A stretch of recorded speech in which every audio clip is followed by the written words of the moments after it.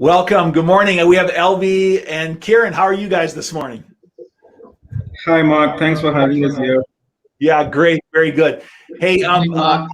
I am here in Seattle. It's actually cold today. We're just getting over some snow. And let's see, LV, where are you coming to us from? Oh, I'm from Hyderabad, from southern part of India, and it's 10:30 in the evening now. Okay. And Kieran, how about yourself? Where are you from? I'm also logged in from Hyderabad here in India, same as LV's place. Fantastic. Isn't it amazing how we can connect with technology all around the world and do this? It's just amazing to me. Hey, LV, let me start with you. Let me just ask you who you are and what do you do? Great. So I have a very long name. So the shortened form is LV. So I go by LV. I am the co-founder and CTO of Real Variable. We specialize in creating a multi-party collaboration solutions using the blockchain technology as a framework.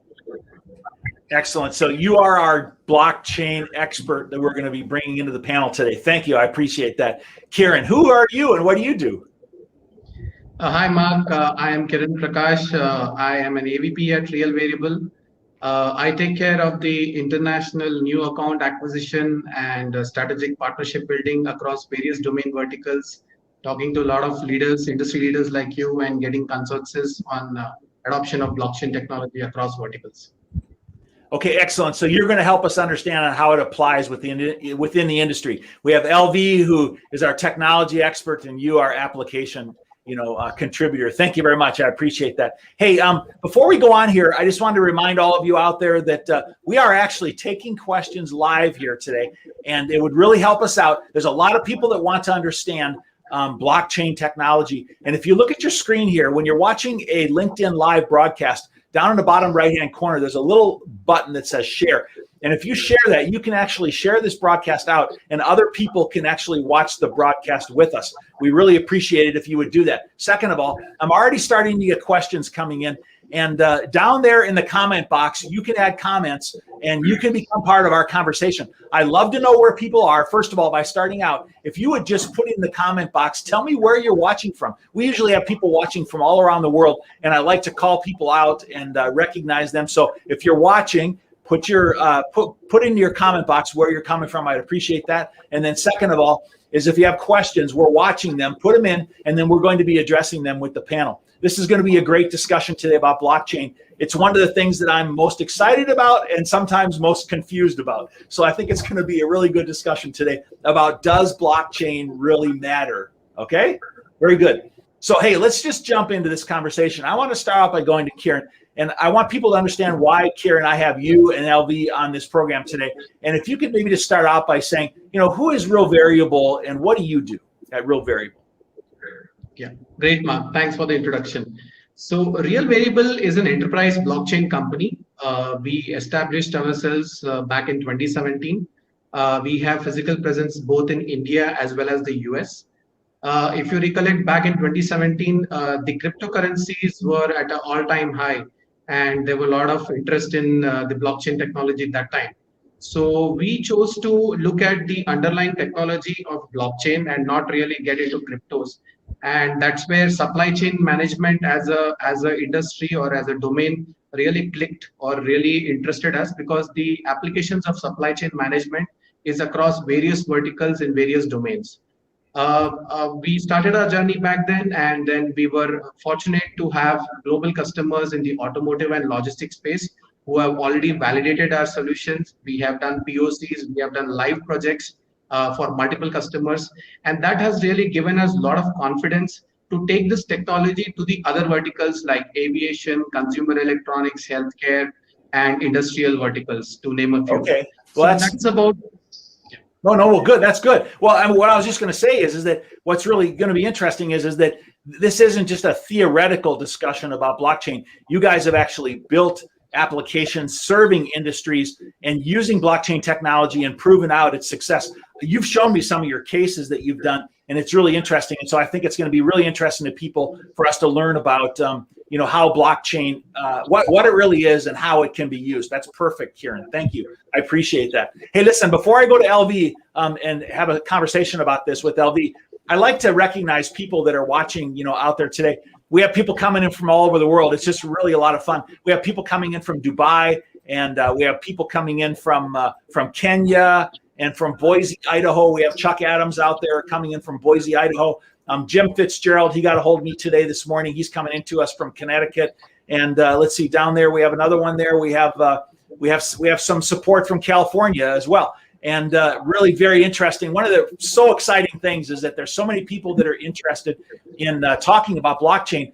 I wanted to just call out to all of you out there. Look, I like it when people ask questions about blockchain. So if you have a question, jump in there and ask the question. One more person. We have somebody that just checked in from Doha, as well, in Qatar. And it's just really cool. It just amazes me that we have people all around the world that jump on at all different times of the day and night and are part of this, conversation. So, hey, listen, let's not dwell on that anymore. I want to get in to talk about some of this good stuff. LV, I like the idea of blockchain. It's really very interesting to me, okay? But I got to tell you is that I've been in IT and I've been in technology my entire career, and I don't completely understand it. I really don't, all right? And so I'm hoping that together we can sort of layer some of this, open some of this up and better understand it. So let me just start off by asking you a really easy question. Go ahead. What is blockchain? What even is blockchain? Tell us what blockchain is, okay? Yes. So, Mark, very interesting. There are, three different words, which are interchangeably used and, very much confusing. Blockchain, distributed ledger, and decentralized technology, right? So we will discuss about, these three, in this discussion. But, what is blockchain, right? Blockchain is essentially, built on a specific data structure, wherein, the data structure is able to create the transactions as a block, and then link these unrelated transactions across different blocks using the the hashing techniques, and then the linkages between the blocks. So the difference between the normal database and this is the database will have all the related transactions in a very normalized way. But here, unrelated transactions grouped as blocks, linked together, which is called chain. That is how it's blockchain. Okay, all right. So at a very, very high level, I can start to see a little bit what you're talking about. Okay. Now, I think myself and other people that we confuse a bit the internet and what the difference is between the internet and between blockchain, because I've heard people say, well, blockchain, everything's going to be blockchain in the future and it'll be the next evolution of the internet. Well, then my logical question goes to, accessing the internet is like accessing blockchain, right? You go out and you search for information and you find it and you get it off the blockchain. Is that right or not? Definitely not. So while internet is seen as a mechanism of communication and collaboration, and then trying to understand information, blockchain has typical applications when it comes to in terms of the financial services as well as on the enterprise supply chains, right? So you could look at blockchain as expanding as more of the collaboration network between various businesses, whether it is in the trade or whether it is in the finance or in the manufacturing, rather than becoming the internet of internet coming to in the future. That's the way that I see it, Mark. Okay, so I think I like the word that you used that said collaboration of data between industries. I think that really clicks with me. So I'm gonna put that one back in my brain and listen to that one. Okay, so all right, so blockchain. One of the things we do is we collaborate information between businesses and companies. All right, good. Let's start with that. The next question I know a lot of people have is they say, what is this word distributed ledger? What does that mean? Oh yeah, so this is something that which we all know, we all have practiced in the past. But keeping the okay, let me just define the distributed ledger. There is a transaction that happened between you and me, Mark. So you have your ledger, I have my ledger, but at the same time, we are also communicating the same to Kiran, who is totally unrelated to that transaction. But we are also communicating the same to Kiran. So whatever the transactions that are happening between three of us are maintained as a record of transactions with three of us. So we have this ledger. So this record of transactions, which is having a cryptographic audit trail, let us say, technically speaking, is with all the participating parties. So that is what is called distributed ledger. Okay, so we started off by saying we're collaborating. Okay, that was good. All right, and then now we have this distributed ledger in which we're exchanging information between us. but you brought something else into it. You said that a third party, Kieran, could access it as information. Now, would Kieran be able to change that information? Definitely, Kiran may not be able to change that information because he is not party to the transaction that has happened between us. So, and if at all, Kiran wants to change the information, he has to change the information in all the three ledgers. Changing in one ledger does not help because most of the two ledgers will reject that change. Okay, so now that we've introduced multiple parties into this, I understand there's also a concept out there which means something is platform agnostic or technology agnostic. Now that we have lots of people accessing information from different locations, what does it really mean then if the blockchain is called technology agnostic or platform agnostic? What does that even mean? Well, you can build the application. So blockchain, as you would have understood by now, is an underlying layer which is a data structure, which keeps a record of transactions. But to be able to create the record of transaction or view the record, you still need the applications to be built, which are accessed over internet, right? So those applications can be built using any language or in any programming language or any technology, because the various flavors of blockchain provides the different APIs to be able to connect. So you could build using C#.NET, you could build using Mean Stack, you could build using Java. Doesn't matter. You could build using Electron. But at the end of the day, the front-end applications can be built on any technology, while the blockchain provides the APIs. Okay, so let me ask you this then: is that this blockchain is an underlying technology then that applications are being built on that you just explained to me? Okay, now for the viewers out there, can you relate that underlying technology to something that they've been using or that they better understand today? What does that mean when you say blockchain is like a platform that applications are built on? Give me an example of something that people would understand today with respect to what an underlying platform is. Let us say you take example of SAP or Oracle e-Business Suite. These are the well-known ERPs in the market. So the user, let us say, creates a transaction by creating, let us say, a particular production batch, right? So the production batch is recorded in this particular SAP instance of this particular user, but it is not broadcast to rest of the participating organizations because the batch is still there, right?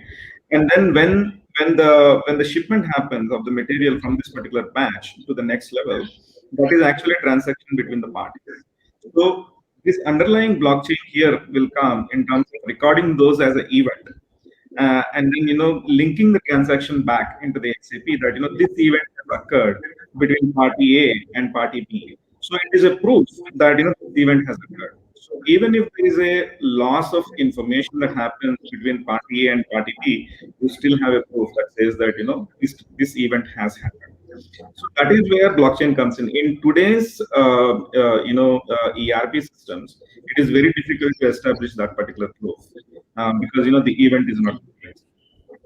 Okay, well, why is it difficult? Oh, please jump in, Kieran. Yeah, please. Just to add to LV, so blockchain basically is a multi-party collaboration solution. So what blockchain really does is it helps different parties, different tier 1, tier 2, tier 3, tier N suppliers, tier N customers collaborate on a single blockchain platform. Now today's ERP systems or the MRO IT systems are very mature in the form of what they are supposed to do as far as supply chain or maintenance transactions are concerned, M&E transactions. So what blockchain really brings to the table is tier N collaboration. So that what I mean by tier N is when you need to talk to your tier 1 or tier 1 customers or suppliers, when you need to talk to beyond this realm, that's when blockchain as a technology comes into picture. So let's say, for example, you have to talk to your logistics provider, you have to talk to your supplier, you have to talk to your customer. That is when blockchain really comes as a collaborative platform which connects all these parties together on a single network without too much of EDI and point-to-point integrations and having one-to-many, many-to-many kind of integration between them. So we're starting to see more and more usage of that technology out there, and Kieran, that's really good insight. In that we're seeing more people and more applications being built. And hey, I failed to mention this at the beginning, but this blockchain discussion we're having today is part 1 of a 3-part series. today we're going to be talking about blockchain, and then next week we're going to be talking about what kind of business problems are solved by blockchain. And then the third week, we're going to be talking about some specifics on how that's actually being done in some industries. And so that's really interesting. And that's going to be something we're going to definitely expand on, next week. Hey, let me bring in an interesting thought or aspect. It has intrigued me. I've had discussions, LV, with a good friend of mine who's really, really smart. She's a data scientist that works for Boeing. Okay. And I talked to her a while back and I said, hey, are you thinking about using blockchain, in analytics? All right. And I just have to tell you what her answer was. This person is very intelligent, very smart. She says, I'm not sure that the problems that people are trying to solve can't be solved with a database. All right. Now, that doesn't mean that there aren't other problems that need to be solved by blockchain, but can you help us understand the difference between accessing data and information in a database and putting it in an application on the blockchain? Right. So when we talk about databases, a database is local to one particular enterprise. It has the information about the enterprise-related activities, as Kiran has mentioned, with the tier 1 suppliers and with the tier 1 customers. And maybe they can bring in additional information from the rest of the suppliers as well. But then there is no consensus, there is no proof. So the information that you get and the analytics that you build on top of it is based on something that you are placing trust in the data or information provided by some third party. When it comes to blockchain, there are various there are various ways of creating solutions or adopting solutions of blockchain. There are solutions which only capture the event; they do not capture the underlying data because of various reasons. You call it GDPR, you call it PII, whatever. This one. So the data is kept off chain and the event is captured on the blockchain as a whole. So in such cases, it is a little bit tricky and difficult to be able to build analytics. But then there are other solutions on blockchain where the GDPR or PII information is of lesser relevance. But you want to keep the information about track and trace of a product. You want to keep the information about country of origin. You want to keep the information about provenance, right? So in such cases, you actually have the information that you are able to collate from multiple parties, which is actually trusted information, because the information in the blockchain is considered to be immutable. Immutable means that it cannot be changed. It's not that it will not be changed. It cannot be changed, right? So that is the advantage that we see with the blockchain kind of solutions. Yeah. So you brought up you brought up a couple of really challenging concepts that I think I want to dig in just a little bit deeper on. Okay. One of them is that you said decentralized and distributed, and so we've been talking about collaboration and multiple people being able to access information more easily and having it be more secure and protected in this environment. But what does it really mean that something is then decentralized or distributed with respect to blockchain? What does that mean? Help me understand that better. Centralized or decentralized, distributed is the nature in which the information is stored. Okay, and that is for sure. Under the distributed ledger, you have the blockchain layer, which actually creates the blocks and then maintains the linkage of information. The difference between centralized and decentralized is decentralized means every participant has equal rights on the information and on the network. Right? So there are 10 participants. Everybody will have the equal rights in terms of how the information should be published, how the information should be read. When it comes to centralized, there is a centralized authority, who can dictate, who can say that this is the way the distributed ledger will be published, and this is how each party will have access to it. So what we see more and more in the supply chain adoption is the centralized distributed ledgers, where there is a consortium that gets formed, and there is a governance body for that particular consortium, and that consortium decides who should be admitted, and then how the rules of the game are. But if you see the decentralized blockchain, Bitcoin is one such example, Ethereum is one such example, where every participant has equal rights. If I use the term decentralized or distributed, do you consider them to be the same, or there's something really different? It's different. Distributed means how you are keeping the record of transactions. Decentralized means what are the rights of the participant for each of the distributed ledgers, right? So the distributed ledger exists whether it is centralized or decentralized. It's just that the rights of the participants are decided. When the network is formed. When it comes to centralized, we say that this is the consortium that governs who should what are the rules of the rights that each party has. Okay, all right. So that makes sense to me when you separate them between distributed and decentralized, and what that really means is that you brought up another word earlier though, and you said that something maybe the blockchain allows things to be immutable. Okay, can you please explain to people out there listening today what immutable means and why is this important with respect to blockchain? Oh, fantastic. So I go back to the example of three of us, interacting with each other, and then, three of us maintaining the ledger of all the transactions that are happening between us, right? Now, there is one transaction that has happened between me and Kiran, or you and me yesterday. And then, the transaction is of value, let us say about $10. Now, Kiran changes that to $5. So the Kiran's ledger shows $5, but both our ledgers shows $10. And then when these three ledgers are compared, Kiran's whatever transaction that he has connected will be rejected, which means that the immutability has come in, that even if somebody tries to change the value of the transaction or wants to create a fraud, it will not be accepted because all the three ledgers will have to match at any point of time. It will have to be consensus, right?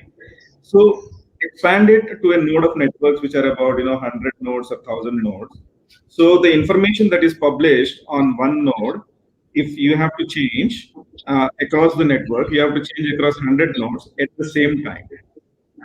It is going to be computationally difficult. So that is where the immutability of information comes in. Once it is chronologically recorded, it is recorded. That information cannot be changed.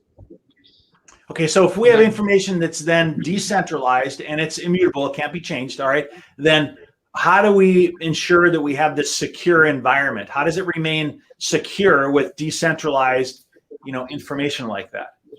Right. So cryptographic audit trail is inherent to the blockchain. So the implementations that are of public in nature automatically stores the information in the using the cryptography algorithms. So you can say that the participants who are private to the transactions can using their private key can see the transactions. Rest of the people cannot see the transactions.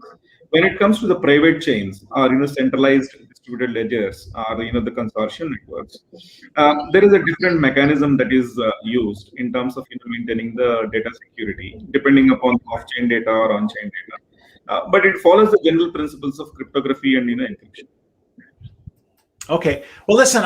We've started to have some questions roll in, but just really quickly, I have people that have also joined us, here locally with me from Seattle, Washington, and I always have a great following of people down in Brazil, and so we have Valero that's joined us from down in Brazil, and I just really appreciate you guys checking in and letting us know where you're coming from. If you look at the list of people that are on, we've pretty much hit everybody all around the world, at this point, which is incredible to me, that we have this decentralized, world, okay? And we can access information and we can talk to people and we can exchange information all around the world. It's really amazing. And one of the things I asked you guys to do is to throw some questions at us. Let's take a quick break and answer some questions here along the way. So I have one question there that's come in, and it says, what is the benefit of multi-chain usage in blockchain?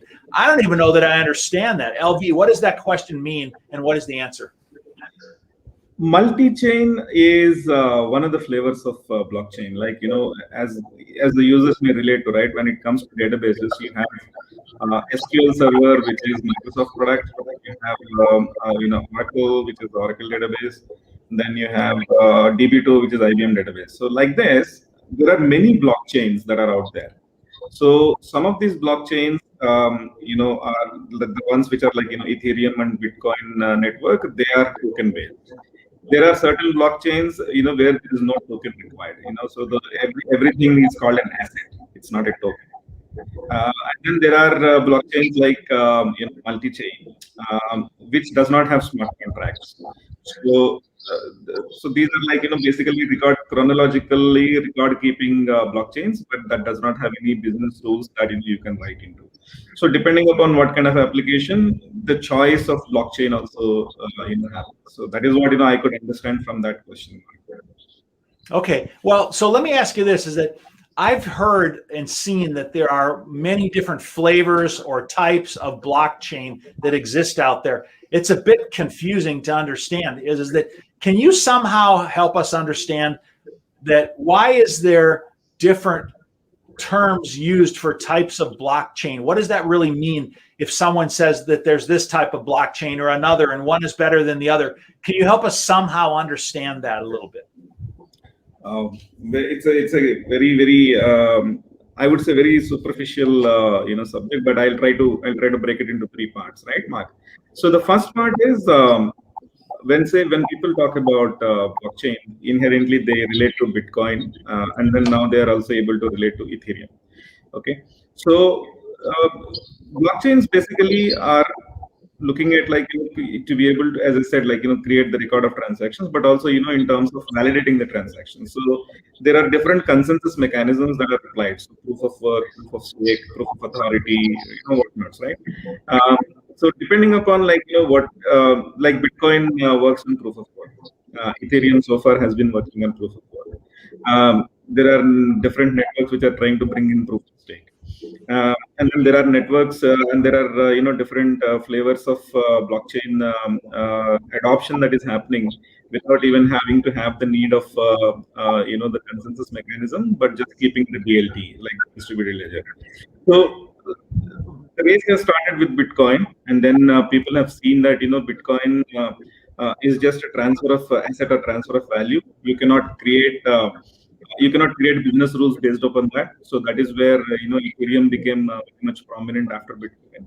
And after Ethereum, we have seen the plethora of applications like Quorum has, which is basically built on the Ethereum platform, which has something called private contracts. Then IBM has created, along with Linux Foundation, Hyperledger Fabric, which is more enterprise grade because it has a different way of managing certificates, and then the rest of the security features. I think IBM understood how it works, so they created the Hyperledger Fabric. Then you have companies like R3 creating Quora. And then there are flavors for DeFi, which is like Stellar. So it's like an evolution of how people have started looking at databases in the past. Is a similar manner wherein the different techniques are being adopted in terms of creating various flavors of blockchain. Right. So it looks to me like there's a lot of different ways that that blockchain can be used and different implementations of it. And I just have to be honest with you, is that I've never been a coder, I've never been a programmer, and so I've never understood things all the way down to the very detailed level of how these things connect. And so I think we have a couple different levels of conversation that occur between people. I know we have people watching here today who are very knowledgeable and very detailed understandings of development and of the concepts in development and how the usage of blockchain is going to be able to advance that. And then on the other hand, guys, we have people on here that are business people and they understand and have leveraged technology all their lives, and they're just trying to figure out how to be successful, using new technology to be able to save money and to do things faster and to make things more efficient and more secure and all those things that come from blockchain. All right. And so again, I want to tell you guys is that today's discussion was intended to focus on a little bit more of uncovering blockchain and what it really is. And then next week, it's going to flow into, what business problems does that really solve? We're going to give you a little bit of a preview of that in just a second.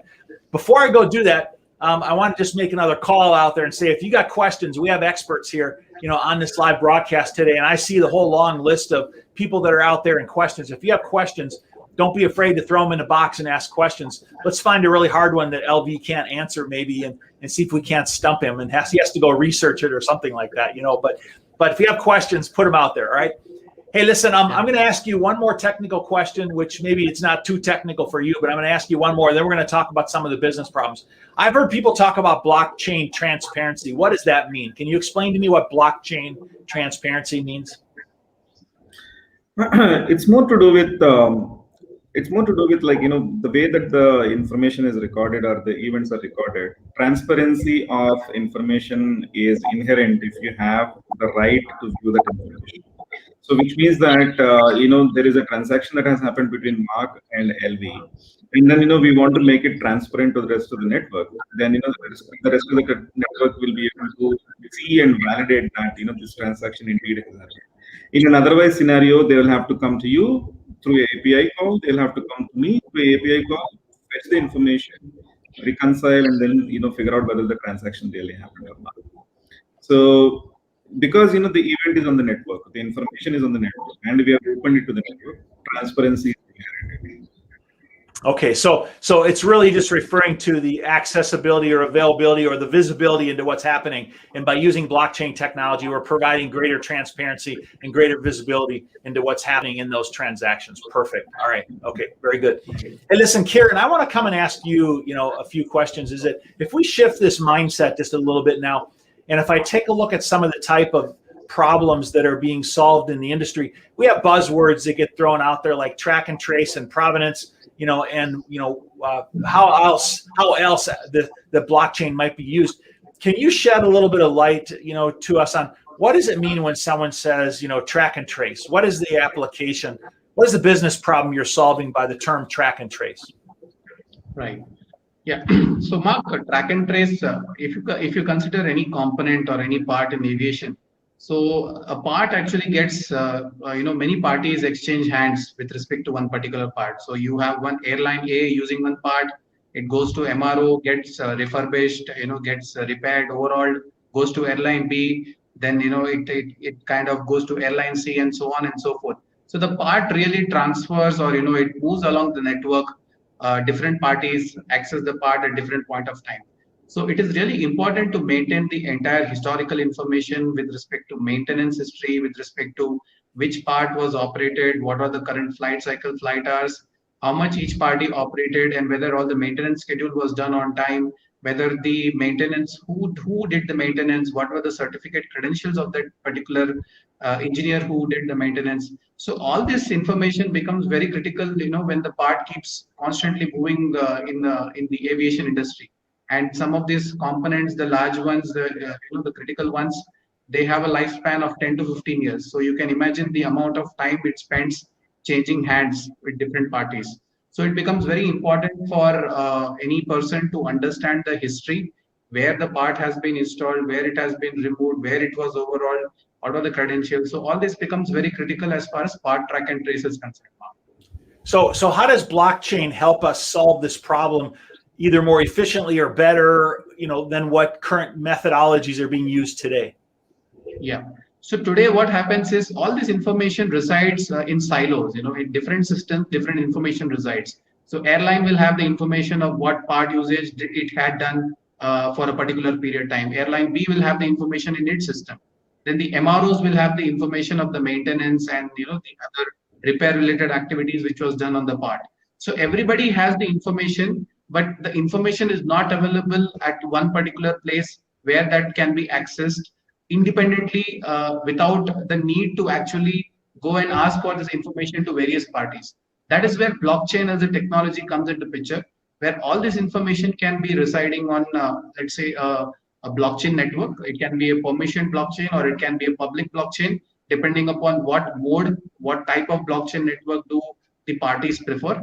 And the information will be available in a kind of a digital form. So you can say the digital equivalent of the part can be residing on the blockchain, be it the certificates, 8130 IASA, and the entire maintenance history, and where the particular part has been installed at different points of time. So this is one of a classic example of how part track and trace or how track and trace can really work. And back to birth traceability is something which is a very important concept as far as blockchain in aviation is concerned. Yeah, I know that this is a very difficult problem for people. I know people that are in aircraft records, and there's a tremendous amount of time and effort which is spent searching and gathering information in order to be able to establish, the proper maintenance history on parts and on aircraft and different things. And so I can see where using a decentralized environment that's immutable, as we've talked about, and has visibility and transparency, can allow us to be able to keep more comprehensive records and maintenance history. Okay. Hey, many times the word provenance is used out there. Can you explain to us what the word provenance means? Yeah. So provenance is basically tracking the part right from the place where it got manufactured and to the entire life cycle of the part. So even as far as manufacturing is concerned, you have the part which will you have a let's say you have a component which will have many multiple sub-assemblies, and that sub-assemblies will have another few sub-assemblies, and it will be built by a supplier network. Those part will be shipped or manufactured by different parts or subcomponents within it. So when it comes to provenance, it basically means to establish the entire traceability back to the smallest part, which is possibly which can be possibly tracked on a network.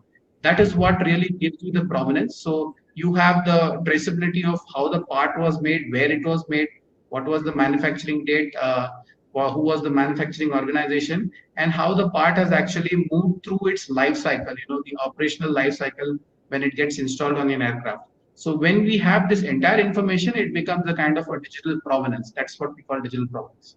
Okay, perfect. So if I simplify that into layman's terms, it's the earliest known, the origin, or the earliest history of something. That's perfect. All right. And it gives us the easier ability to be able to establish that.